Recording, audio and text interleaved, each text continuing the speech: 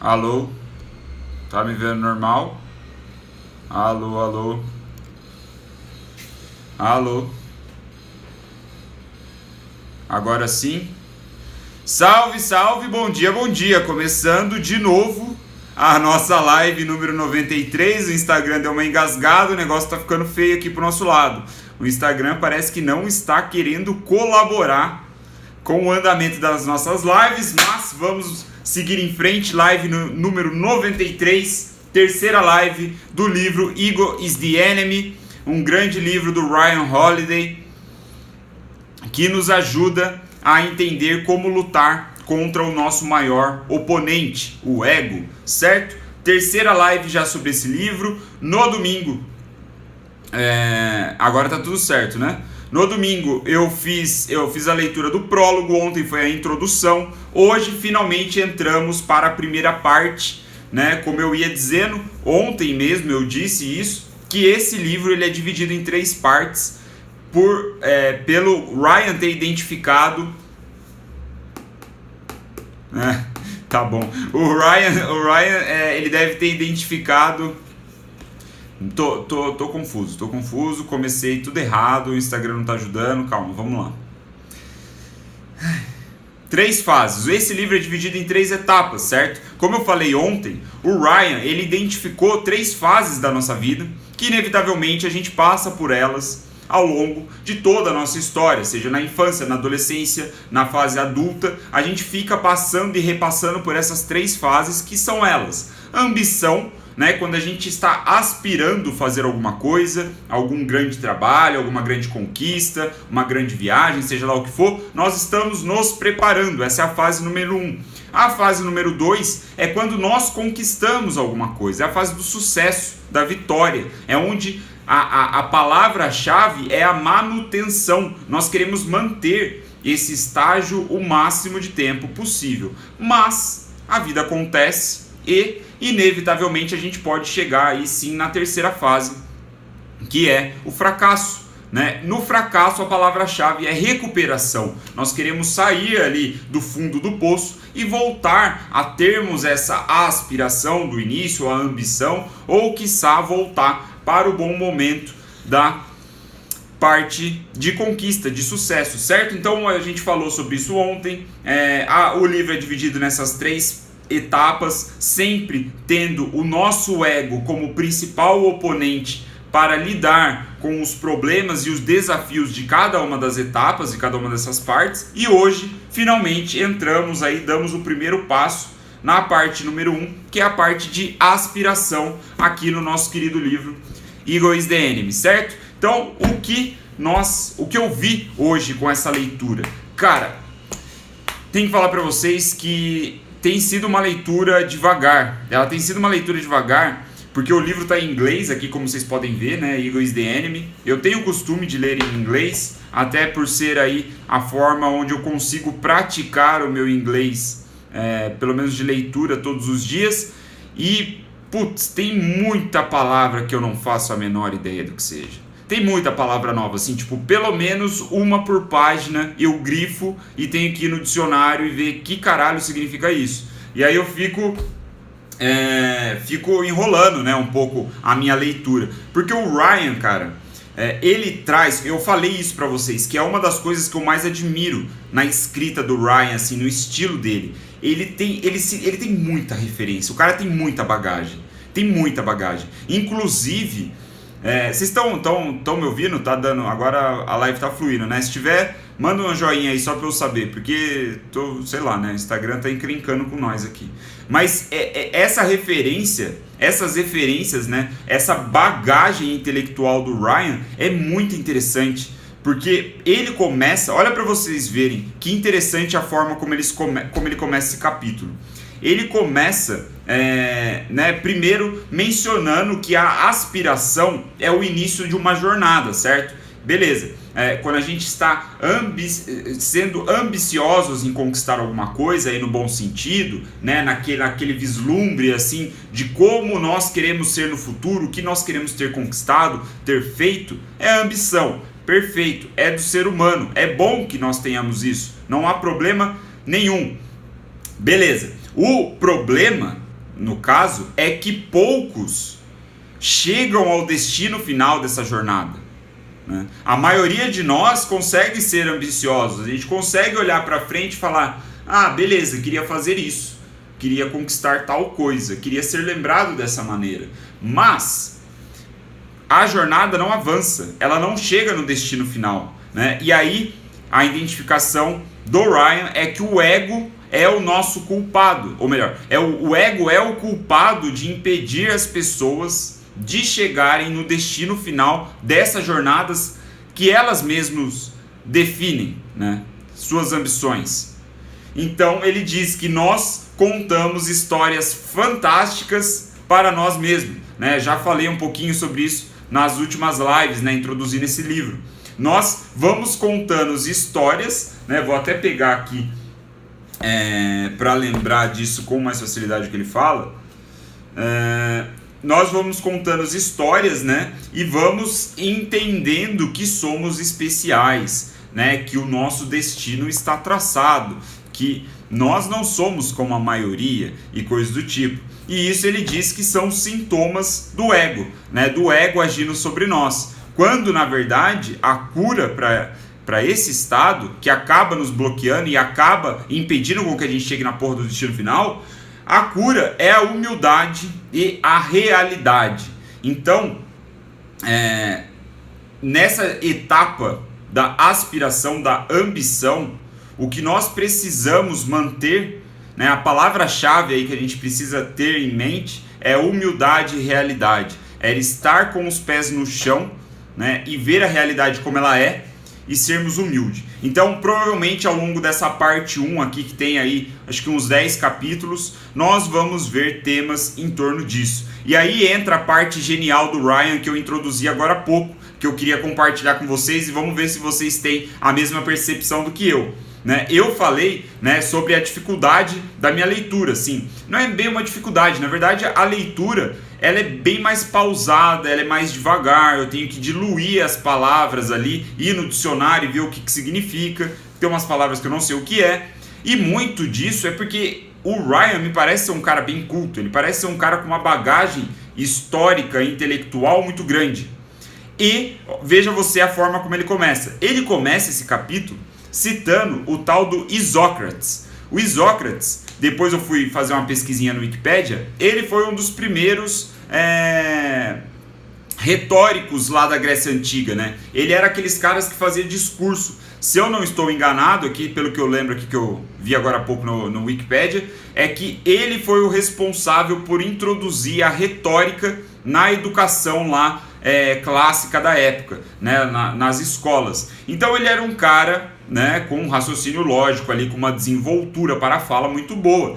Isócrates, o nome desse cara. E aí ele conta a história do Isócrates e ele diz o seguinte, que lá na época que o Isócrates vivia, que eu não lembro aqui a data certa, antes de Cristo, ele conhecia o tal do Demônicos. Eu não sei qual a pronúncia certa em português, mas vamos colocar Demônicos, que era um cara lá, era um jovem que tinha acabado de perder o pai, certo? Ele tinha acabado de perder o pai e ele era um jovem muito ambicioso, né? Ele tinha muitos planos, tinha muitas intenções, ele queria fazer muitas coisas. E aí o Isócrates, né, como uma pessoa mais sábia ali, ele já era, né, já tinha toda a sua base, já era um pensador, um filósofo de repente, ele enviou uma carta para o Demócritos, falando, dando algumas dicas, o que ele chamou aqui de, como que foi? Eu até anotei eu achei que eu tinha anotado na real. As nobrezas máximas do homem, né? Ele fez uma carta, então, enviou para o Demônicos, inclusive tem na Amazon essas cartas. Fiquei bem interessado em comprar. Mas só para não perder a linha de raciocínio, ele envia a carta para esse cara e ele dá uma série ali de sugestões, né, de conselhos para o jovem ambicioso que tinha acabado de perder o pai e meio que estaria sem rumo, vamos dizer assim. E aí o Isócrates, ele entrou ali numa posição de altruísta, né? Ele queria ajudar o cara, sei lá, devia ser conhecido dele, alguma coisa assim. E aí basicamente o que ele falou, né? Em resumo da ópera, ele falou assim, cara, você precisa praticar o autocontrole. Você precisa praticar o autocontrole. Não caia sob a influência do temperamento, do prazer e da dor. Né? Não se deixe levar pela sensualidade do prazer, não se deixe levar pela depressão da dor e não se deixe levar pelo temperamento ali do momento, né? Pelas emoções que nascem em você e coisas assim. Então ele disse, né, uma aqui dos destaques do Ryan é que ele priorizou o autocontrole, muito interessante. E aí ele concluiu o seguinte: e abomine os bajuladores, porque os bajuladores eles não estão vinculados com a realidade, eles estão falando aquilo para te bajular. Ou seja, a bajulação, né, parte aí, eu não sei o significado exato, literal da palavra, se é isso, mas o ponto é que você não deve ouvir as pessoas que estão puxando o seu saco, né, por um motivo ali, por alguma outra razão que não seja a verdade, né, a realidade, o fato concreto. E aí, beleza, existe essa carta. Aí, ó, agora, ó, pera, se liga. Tudo que eu falei vai se juntar agora e eu espero que faça sentido. Que é o seguinte: ele escreveu essa carta para o Isócrates, escreveu essa carta para o Demônicos lá em Tralala antes de Cristo nascer. Aí Shakespeare, veja vocês, leu essa carta e ele se inspirou nessa carta para criar um trecho de Hamlet, que é uma das peças mais famosas de Shakespeare, né? Inclusive eu fiquei com vontade de ver Shakespeare só porque ele citou na porra do livro, mas beleza. Aí Shakespeare tem lá, Hamlet tem isso, e Hamlet é muito mais popular do que essa carta do Isócrates. E aí, olha para você ver, aí ele chegou no ponto que ele, aqui olhando para o Ryan, tá? Ele cita o Isócrates, aí ele cita o Shakespeare e ele cita Hamlet, e aí ele chega no tal do William Sherman, que foi um comandante, um general militar americano que viveu ali, lutou na Guerra Civil Americana.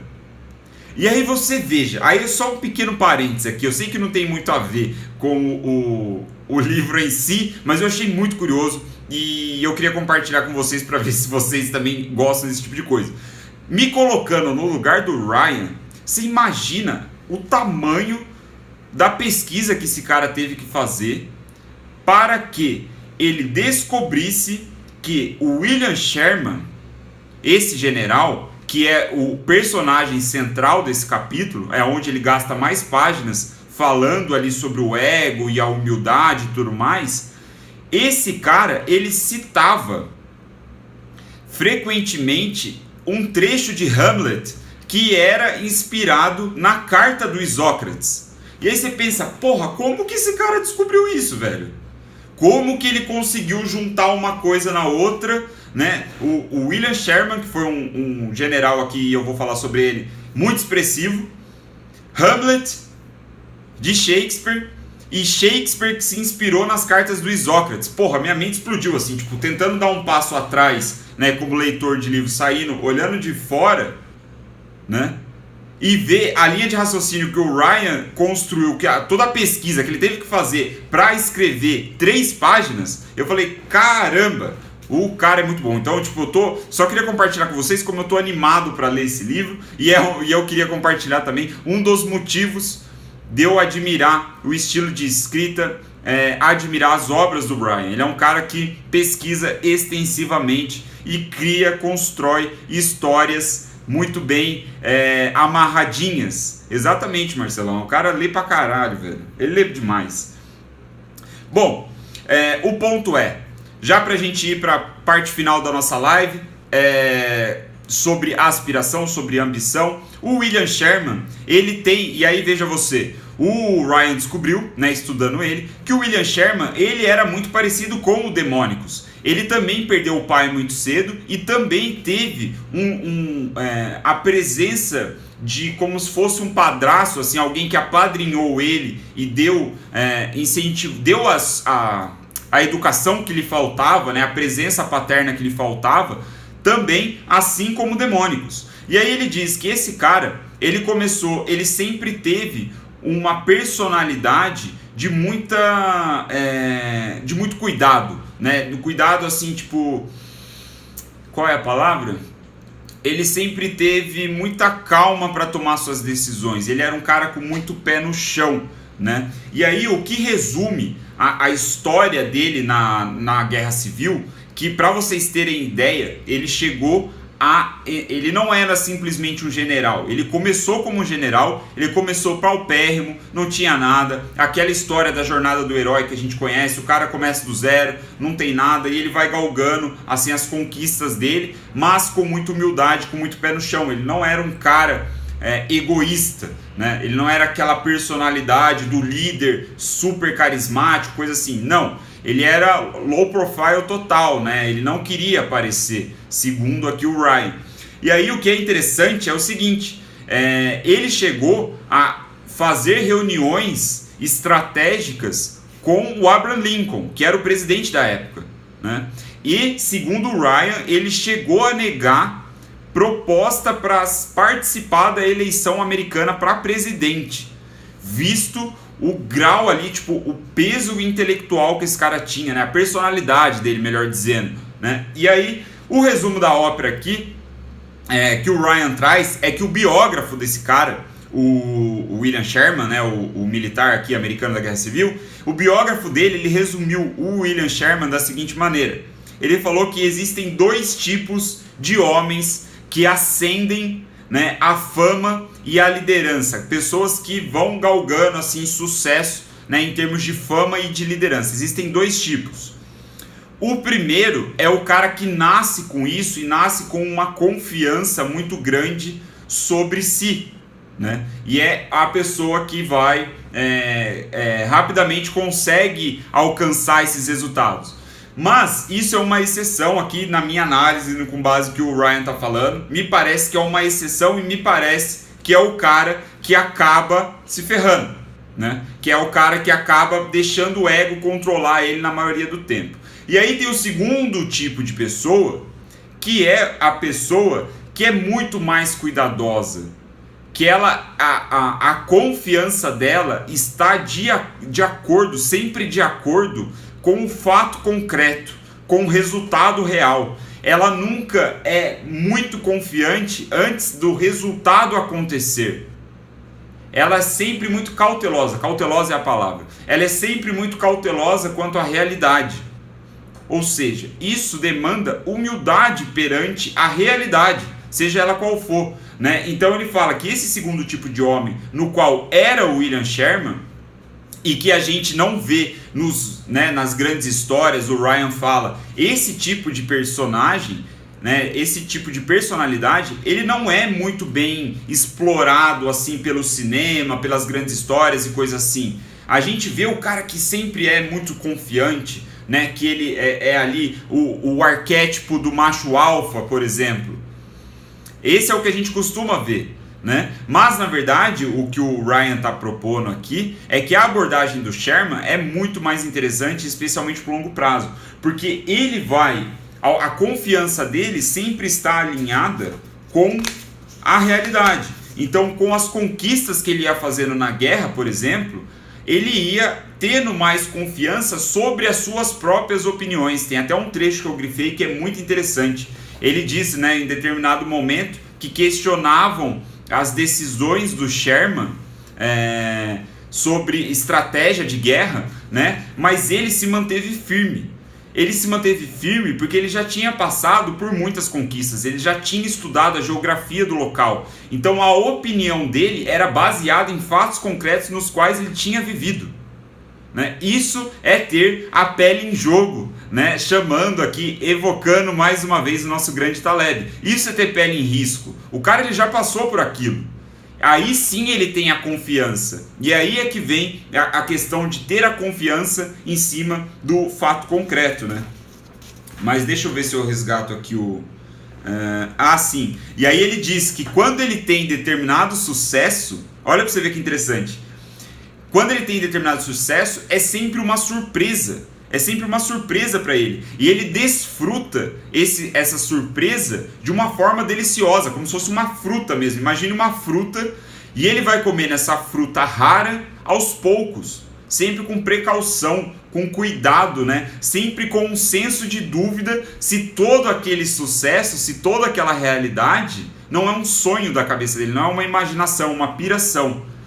Então aí ele conclui essa linha de raciocínio, que é do caralho também, é mais uma citação, mais uma referência muito boa, que ele fala que essa dúvida é aonde mora a modéstia, mas a modéstia como o senso grego da palavra, né, que ele fala que é moderação, né, não é uma questão de falsa modéstia, aquelas coisas assim de tipo... Enfim, não vou desviar. O que ele diz é que essa modéstia vem do senso grego da palavra, que traz a conotação de moderação. Então ele é sempre moderado, até mesmo quando o sucesso vem. E aí ele diz que isso é postura e não pose, né? Então se a pessoa ela nasce naturalmente com toda essa confiança, que é o primeiro tipo, né, que a gente falou da pessoa que vai ascendendo a liderança e a fama, ela é muito de pose, né? Ela pode ser facilmente entendida como uma pessoa que tem pose, mas o segundo tipo é uma pessoa que tem postura. Então, muito interessante essa análise, gostei bastante. E aí a gente vem sobre esta questão da crença sobre o fato concreto, né? Que é a questão da realidade. O estoicismo tá, muito forte, muito presente nessas páginas. Não sei se vocês conhecem, eu conheço um pouco. Sei que o Ryan é um grande estudioso do estoicismo, né, que é uma filosofia grega também, muito antiga.